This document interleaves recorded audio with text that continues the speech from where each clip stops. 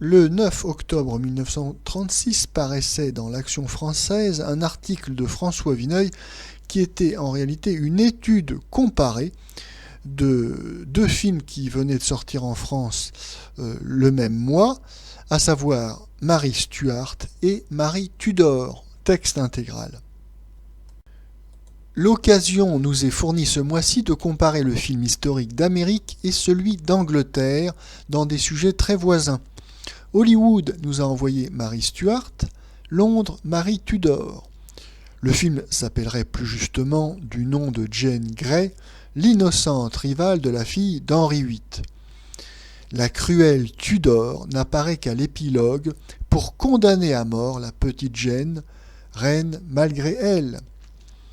L'Angleterre l'emporte indubitablement dans cette sorte de concours. Son cinéma a hérité du sens britannique des traditions, du faste costumé.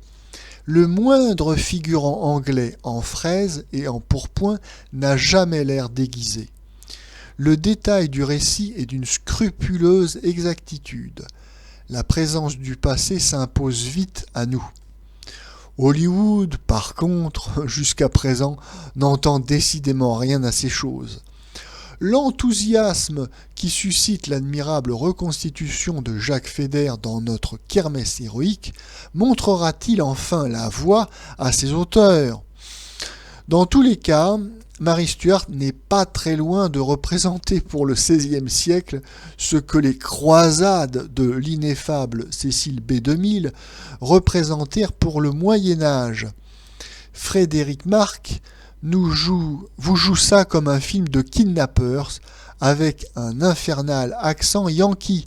Catherine Hepburn, en dépit du délicat frémissement de son jeu, est une petite intellectuelle, terriblement XXe siècle. Le chiquet est constant, à grand renfort de carton-pâte, de clair de lune empaillé et de sensiblerie feuilletonesque.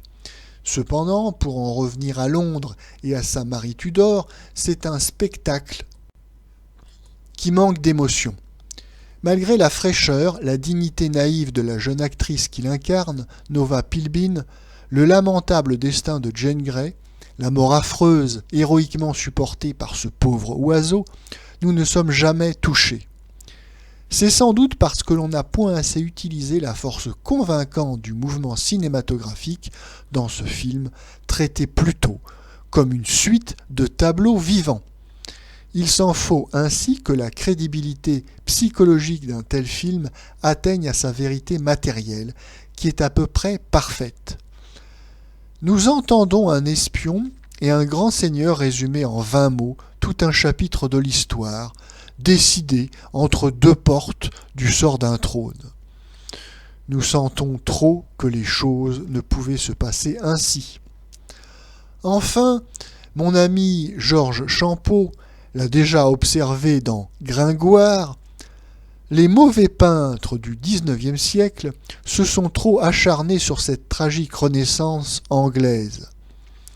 Même avec le goût le plus ferme du monde, il est difficile au metteur en scène de Marie Tudor d'oublier complètement le détestable Delaroche.